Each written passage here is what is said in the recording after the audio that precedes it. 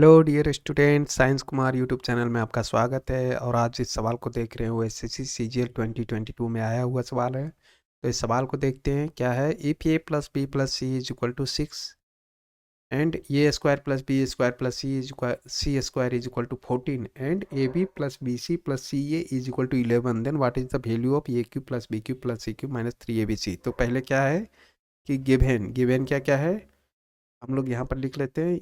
A plus B plus C is equal to 6 और A square plus B square plus C square is equal to 14 and A B plus B C plus C A is equal to 11। Then हम लोगों को ये इसका पूछ रहा है A cube plus B cube plus C cube minus 3 ABC। इसका value हम लोगों को पूछ रहा है। तो इसको सॉल्व करने का तरीका क्या है। पहला तरीका है कि तीन एक्सप्रेशन दिए हुए, तीन इक्वेशन दिए हुए, इक्वेशन 1 2 और ये 3। तो तीनों को सॉल्व करें और तीन वेरिएबल है ए बी सी, तो तीनों को सॉल्व करें तो ए बी सी का वैल्यू आ जाएगा और यहाँ पर इसमें पुट कर दे तो इसका वैल्यू आ जाएगा। लेकिन इसको सॉल्व करने जाएंगे तो बहुत टाइम लग जाएगा, ठीक है। तो हम लोग दूसरा तरीका से जा रहे हैं सॉल्व करने के लिए। दूसरा तरीका क्या है। दूसरा तरीका ये है कि जैसे कि हम लोगों का जो रिक्वायर्ड एक्सप्रेशन है वो A cube plus B cube plus C cube के टर्म में, मतलब पावर 3 के टर्म में है। तो definitely A plus B plus C का होल क्यू हुआ होगा तभी ये एक्सप्रेशन आया होगा। तो ए प्लस बी प्लस सी का होल क्यू ले लेते हैं और उसमें से ए प्लस बी प्लस सी का होल क्यू ले लेते हैं और उसमें से हम लोग ये टर्म है सो लाने का कोशिश करेंगे, ठीक है, क्योंकि इसी का वैल्यू पता करना है। ठीक है, तो ये प्लस बी प्लस सी का होल क्यू ले लेते हैं। तो ये प्लस बी को एक टर्म मान लेते हैं, इसको एक्स मान लेते हैं और इसको वाई मान लेते हैं, ठीक है। तो क्या लिख सकते हैं, एक्स का क्यूब प्लस वाई का cube plus 3x² Y plus 3xy square, यही होता है टर्म। अब x का वैल्यू क्या है, ये प्लस बी, उसको पुट कर देते हैं। ये प्लस बी का whole cube plus Y is equal to C है तो सी का cube plus 3 A plus B का होल स्क्वायर और y क्या है सी प्लस 3x का क्या है ये प्लस बी, y क्या हो गया हमारा सी का स्क्वायर, ठीक है। तो इसको सॉल्व करेंगे, ये क्या हो गया, ये प्लस बी प्लस सी का होल क्यू, ठीक है। अब फिर से इसको सॉल्व करते हैं। A plus B plus C का whole cube is equal to हमारा क्या हो जाएगा, ये अब ये प्लस बी का होल क्यूब फिर से तोड़ देते हैं तो क्या हो जाएगा, ये cube plus b cube plus 3a² b plus 3ab² plus ये सी क्यू हो जाएगा प्लस 3, ये हो जाएगा यहाँ पर A square plus B square plus 2ab, क्योंकि ये प्लस बी का होल स्क्वायर था, फिर सी से मल्टीप्लाई, फिर ये हो जाएगा 3 A plus B C square, ठीक है। अब इसको सॉल्व करते हैं। A plus B plus C का होल क्यू क्या हो जाएगा हमारा, A cube plus B cube plus C cube को इधर ले आते हैं, बाकी उधर ले जाते हैं टर्म 3a² बी ये टर्म और फिर 3ab² हो गया। फिर इसको सिंप्लीफाई कर देते हैं, निकाल ब्रैकेट खोल देते हैं तो क्या हो जाएगा 3a² c plus 3b² c plus क्या हो जाएगा 6ab सी प्लस यहाँ से हो जाएगा 3ac² प्लस 3bc² 3bc² हो जाएगा ये। अब ये क्या हो जाएगा, ये प्लस बी प्लस सी का होल क्यू हो जाएगा और A cube plus B cube plus C cube का होल, ये तो चाहिए ही था, प्लस क्या है -3abc है, ठीक है। तो हम लोग क्या करते हैं -3abc लिख देते हैं प्लस 3abc लिख देते हैं, लिख सकते हैं ना, क्योंकि ये दोनों कैंसिल हो जाएगा तो जीरो हो जाएगा, लेकिन हम लोगों को इसका वैल्यू पता चाहिए, ठीक है। फिर क्या है दूसरा term 3a² b plus 3ab² plus 3a² c plus 3b² c plus 6abc को लास्ट में लिखेंगे 3ac² plus 3bc² plus 6abc, ठीक है।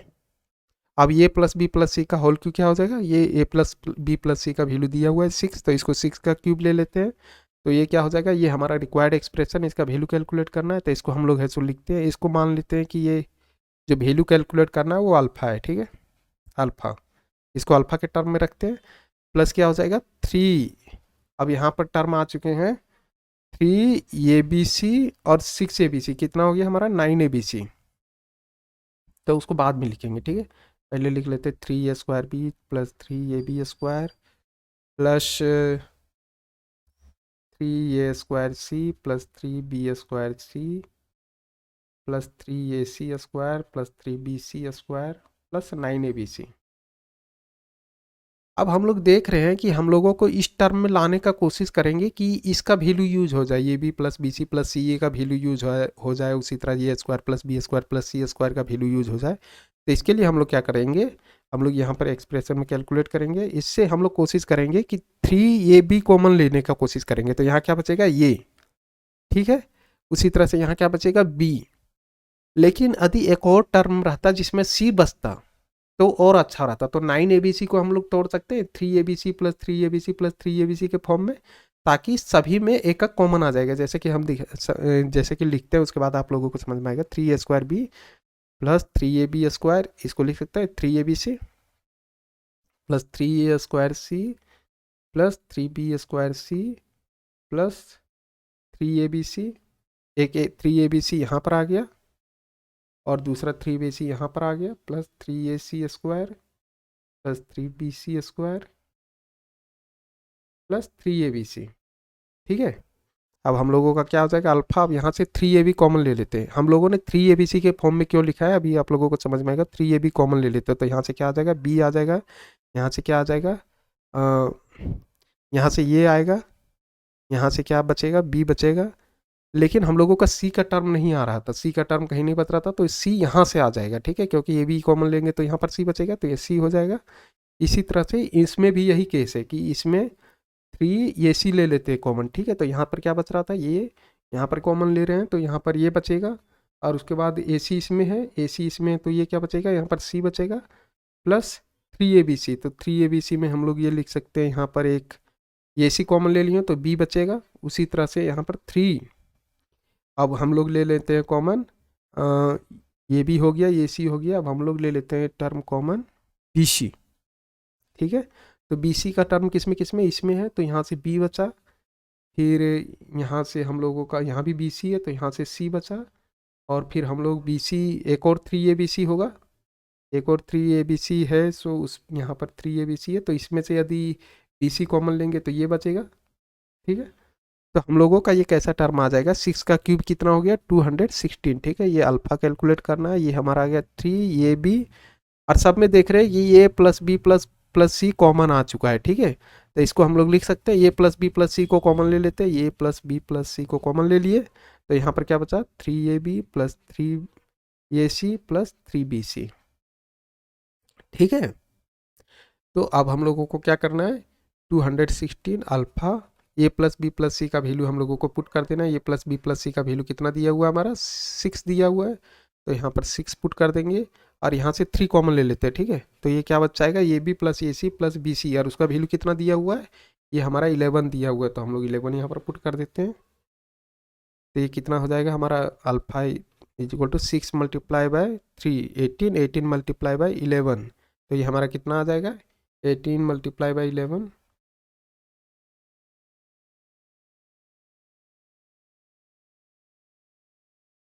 ये 198 आ गया। और ये 216 है, तो अल्फा इज इक्वल टू क्या आ जाएगा हमारा, 216 माइनस 198, जो कि हमारा कितना आ गया, इसको सब्ट्रैक्ट करेंगे तो 18 आ गया। तो अल्फा का क्या मतलब था, अल्फा का मतलब था ये cube plus B cube plus C cube is equal to क्या आ गया हमारा, 18। तो हमारा इस एक्सप्रेशन का वैल्यू हमारा 18 आ गया। अब ऑप्शन में चेक करेंगे कौन सा ऑप्शन करेक्ट है, तो हमारा इसको चेक करेंगे तो ऑप्शन थर्ड हमारा करेक्ट आंसर है। तो आई होप आप लोगों को ये वीडियो समझ में आया होगा। थोड़ा लेंथी हो गया था, यहाँ पर थोड़ा सा सीक्वेंसिंग में आप लोगों को समझना पड़ेगा कि ये भी कैसे कॉमन ले, बी सी कैसे कॉमन ले और सी ए कॉमन ले। जिसमें जिसमें ये भी कॉमन होगा उसमें लेंगे, और बी सी जिसमें जिसमें होगा उसमें लेंगे, और टी सी। और एक और चीज़ याद रखना था कि 9abc जो है उसको 3 भाग में स्प्लिट करना था, a b c a b c a b c, 3abc 3abc 3abc, ताकि हम लोगों का ये इस एक्सप्रेशन में लाने में हेल्पफुल हो। जो यहाँ पर था ये प्लस बी प्लस सी के फॉर्म में, ठीक है, ताकि उसका वैल्यू हम लोग पुट करके इसका वैल्यू कैलकुलेट कर सकें। तो हमारा जो वैल्यू आया 18 आया, तो ये ऑप्शन 3 करेक्ट है।